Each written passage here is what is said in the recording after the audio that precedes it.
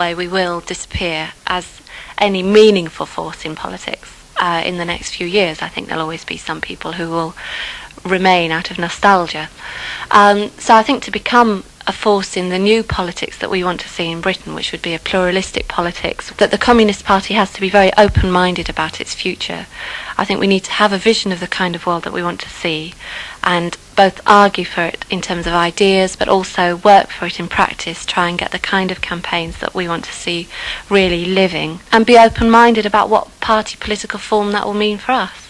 I mean, it might be a renewal of the Communist Party, it might be the end of the Communist Party as we know it, but with the traditions that we have stood for, finding new form in some new alliance of forces. This is the language of the Italian communists, long-time allies of the CPGB. They're intending to drop the name communist, abandon Leninism and embrace social democracy. But in Italy there are almost 200 communist deputies. There's not been a communist in the House of Commons for almost 40 years. And in the whole of England there's just one communist councillor, John Peck in Nottingham. I'd like to see, as a matter of fact, a Communist Party of the future that's a kind of marriage of red and green.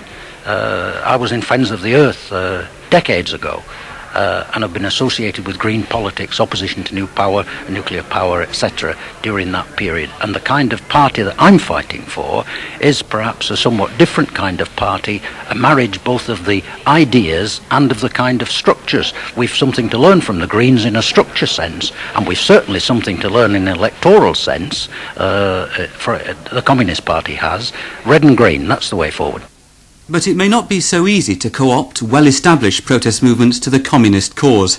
Modernisers such as Martin Jakes, so many of whom learnt their communism not from class struggle but from their parents, are not at all certain there is a way forward for the party. I think it's going to be an extremely difficult enterprise, and it also one that requires tremendous courage and a lot of creativity.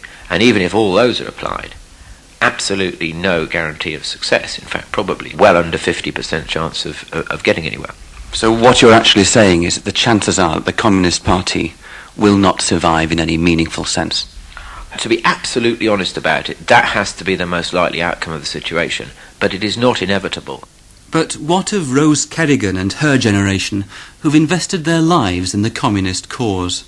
I don't believe that we'll lose out completely. I know it's sad, I'm really very upset, but it's a party I helped to form, and that's why I stand by it, because I think that we still need the Communist Party in Britain today.